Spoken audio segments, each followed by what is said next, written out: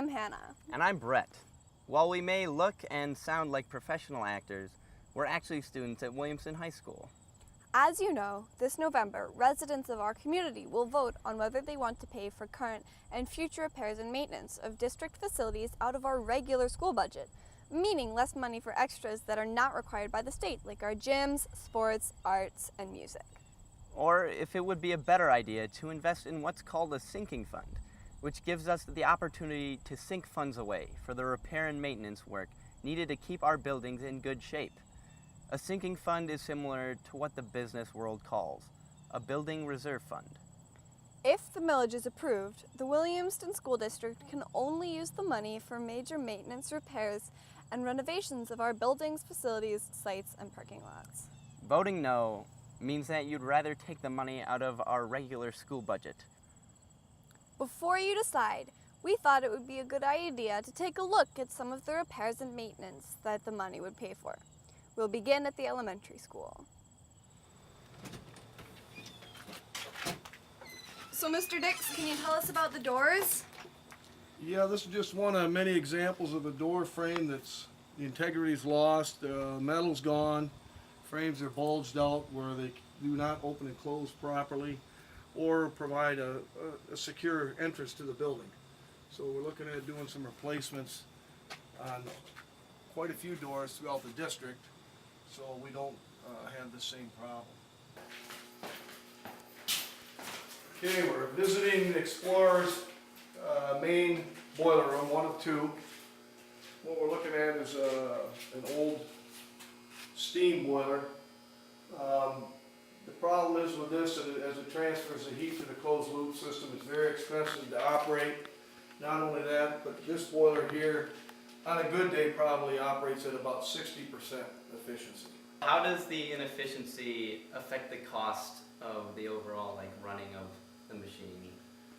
Well, basically, if we go to a new system, it would provide probably as much heat and use 30% less or more to provide that same amount of heat. We're on the roof of Explorer, and this is an older air conditioning condensing unit is what it is. We have some good units up here that still got some long life. We have a couple in this condition here that are very old, require a lot of repairs, and we'd like to replace these as well. So tell us about this filtration system. It looks kind of old. Yeah, it's old.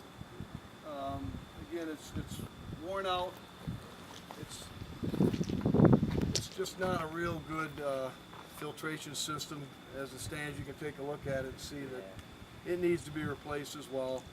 And again, that's for health of the students in the buildings. You want to get fresh air, but obviously you want it filtered. You don't want contaminants that are coming in. So this would be another item to look at as a replacement. Now we're looking at the playground, and it looks in pretty good shape. What exactly are the funds going for this? The upgrades that would need to take place in the playground is you have to maintain a certain thickness of landing material, whether it's chips or crushed tires or what have you, whatever the media is. But these areas here, as you can see, there's quite a pile of mulch to be added again. We've already done that once this year. What happens without barriers, it just gets worked out to the sides, gets worked into the ground. What we'd like to do and what should be done is this whole area here needs to be excavated. You got to have a minimum of 12 inches. Excavate it down, put a proper barrier to retain the filler, and then fill that back in, and that way so much isn't going to walk out of it. You're just not going to lose it so fast, and just basically create a safer environment for the kids to play in, and one that also meets state code. We're at the middle school now, and it looks like this parking lot isn't doing so well. No, this parking lot's in need of some attention, as well as all the buildings, but the middle school, high school particularly. What's happened is just over the course of time, a lot of traffic, buses, the weight, particularly buses and so forth, just breaks it down. And as you can see, there's many cracks in the parking lot, and as each winter and each spring as water infiltrates through those cracks, it gets underneath, freezes, heaves, and just continues to go and go and go. So eventually we do need to look at resurfacing these parking lots, either resurfacing or replacing. What we're looking at here is damage which has resulted from ice dams forming in the valleys of the building. That because of lack of ventilation in the new roof structure. So basically what we need to get in here and open up some ventilation on the ends, and also some exhaust fans. We haven't really, worked that out with the architects yet, but it's up and coming. We have to do something to prevent these ice dams from happening like this. So that's a good example of what you'd see on a lot of the corners and fascia of the building. Now we're here in the middle school, and there seems to be a trash can in the middle of the hallway. Oh my. That's just that's there to prevent the trip hazard, basically, is what it is, because it can't be repaired. Just an example of one of the many examples of how the carpet is separating here. It's wore out. It's got to be replaced, irregardless whether we replace it with carpet, whether we replace it with rubber flooring, whether we go with VCT.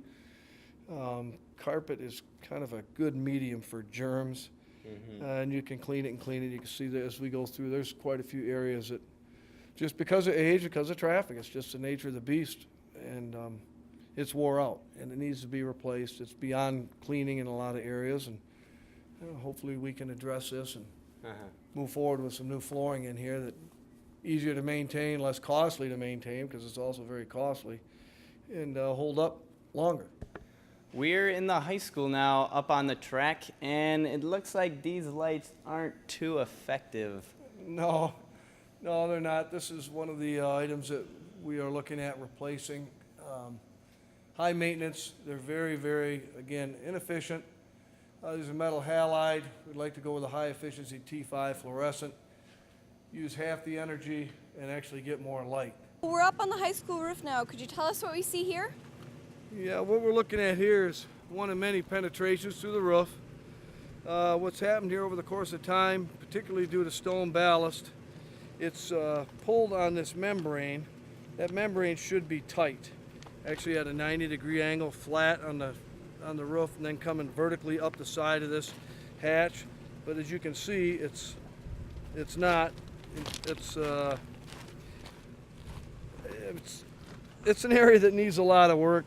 We're constantly trying to pay attention to these things, get on top of them, patch them as we can, but this is just indicative of what's going on throughout the whole entire roof. And one of the results of that is eventually it splits. Here's an example of one that actually we found today. We came up, it was not here earlier in the summer, but what happens is the rubber, it actually gets to the point that it stretches, dries, stretches, and then splits. So we end up with roof leaks and damage to the structure underneath, which is much worse than just the membrane, that's for sure. This roof here has seen its life. It's generally about a 20-year lifespan. This has had it, and so we're looking at some serious issues up here at the high school where we really need to address some of these roofing issues and to do replacements, not repairs. Okay, now what we're looking at here is some areas where the actual structural integrity underneath this membrane is gone. So it's really, as you can see, you can bounce on it. Basically, we stay off those areas. But I wanted to show you just kind of what we're dealing with, and that's along this whole valley through here. It's because of the lack of drainage, and the roof is actually misshapen now. It doesn't drain properly. It's always wet. You know, I've heard of green roofs, but this is ridiculous. Well, what's happened here is just as a result of the deterioration of the roof, we've lost the taper, the natural taper, which therefore, and the stones filled with dirt. Therefore, we don't get the proper drainage. Moisture stays where it's at, and you can see the result of that. We get quite a mold buildup up here. Excuse me, not mold, moss. And it goes right down this whole length here behind this corridor right here. It's growing quite abundantly. So it's just another area here. It's due to the deterioration. Again, it doesn't drain properly. It holds moisture. And of course that causes not only damage like you can see here, growth with moss and those type of things, but it also is causing problems with the structure underneath as it continues to just stay damp all the time. Okay. Go ahead. What's going to happen if the sinking fund millage doesn't pass this time? Well, that's a hard call to make. I know we really are serious. We do not want to take money from the academics to do the necessary repairs. I realize it's failed a couple times for whatever reason, but I just can't convey the importance of protecting the building, protecting the structure, so that future generations can come through here too. And it's not a list of wants. This is a list of needs. Mm-hmm. And things that really need to be addressed if we want to maintain our buildings, maintain a safe, clean environment for our students in years to come.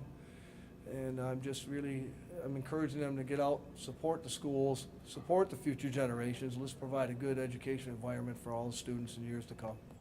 Those are the facts. The decision whether to fund big ticket maintenance needs by making cuts to programs that make kids like us better students or by setting up a sinking fund is up to you.